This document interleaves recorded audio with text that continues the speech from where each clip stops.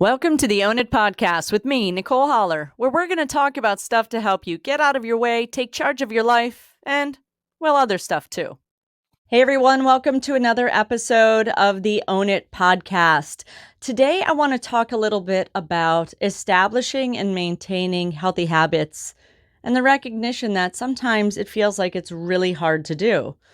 And if you think about habits, I think about things like rest or just relaxing.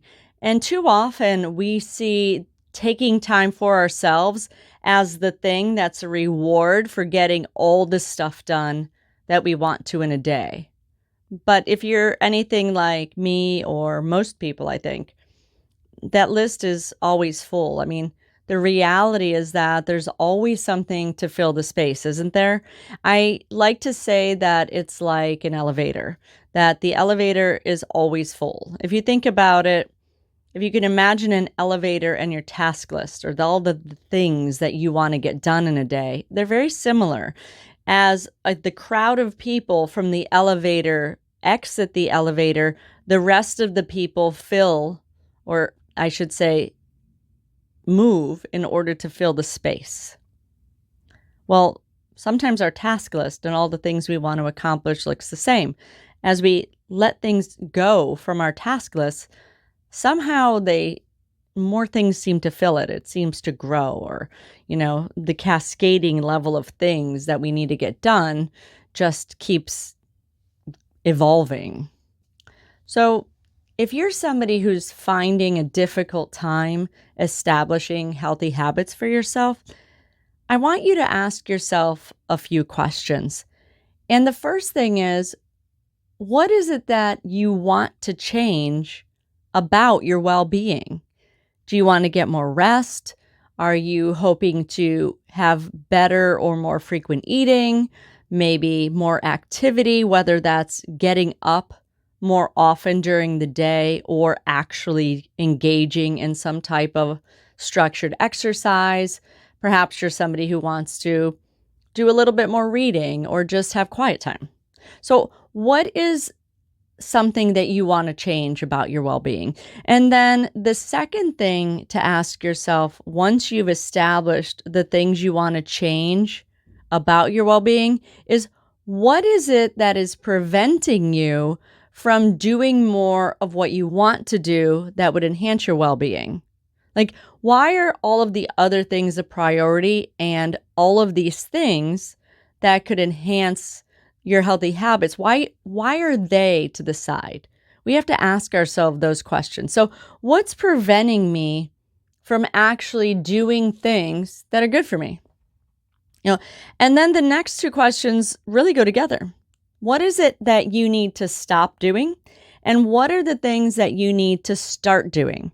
If we look at sleep, for example, like, what habits can you stop? Some of the things that I hear from people is they go to bed late.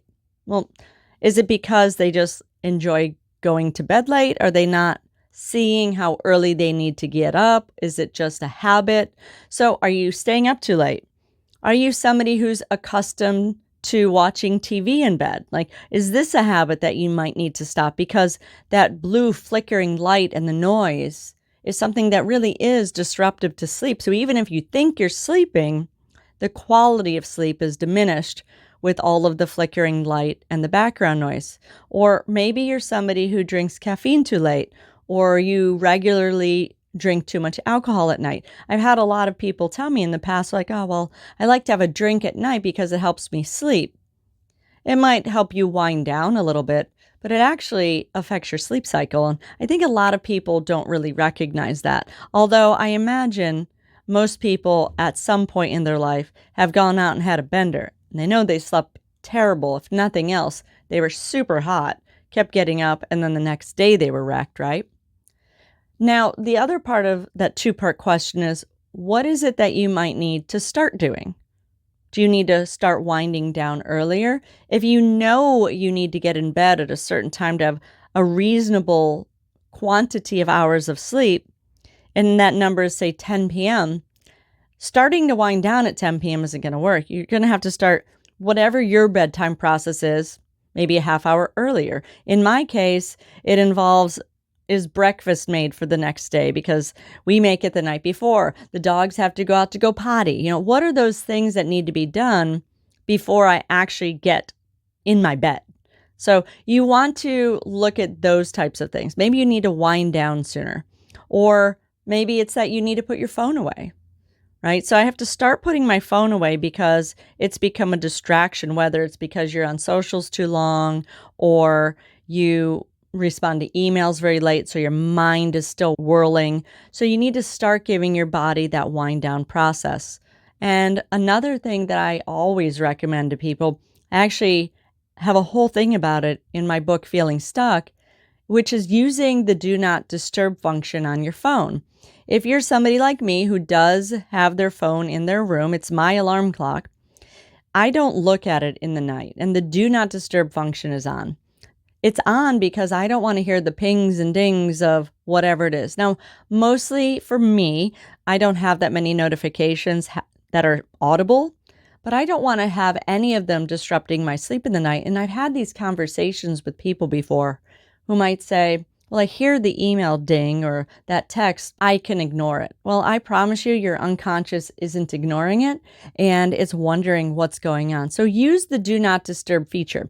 And if you are somebody who's concerned that somebody is going to need you in the middle of the night, ask yourself how many times that's happened.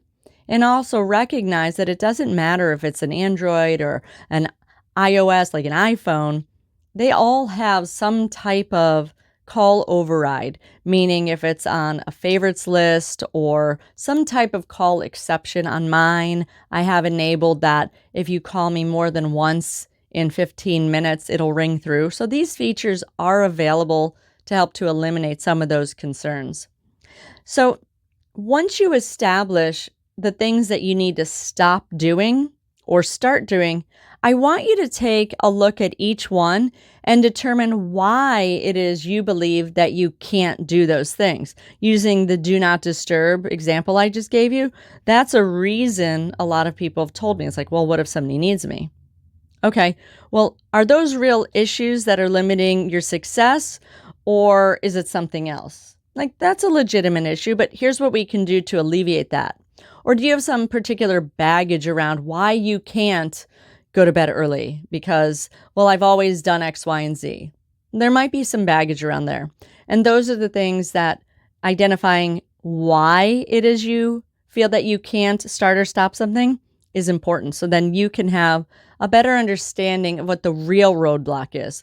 Because once you identify the real roadblock, you're going to have a better ability to move past it. Now, another thing that's really important to do is to set yourself up for success. I've done a lot of success coaching with people, and not necessarily about healthy habits. It could just be about life management. If you know that you pay your bills late, that's a normal thing for you. So you think Saturday mornings, I'm going to get up, I'm going to pay my bills, and that's what I'm going to do.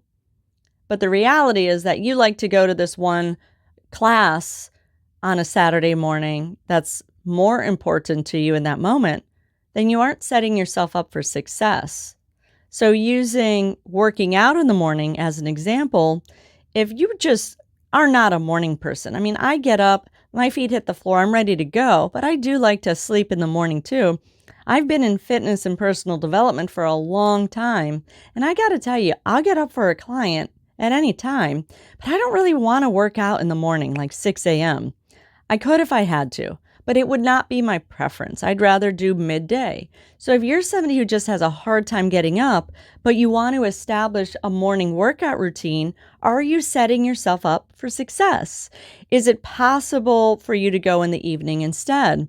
And if it's not because, work parameters, whatever it might be, maybe because of family time, can you establish some type of routine in the morning to help you?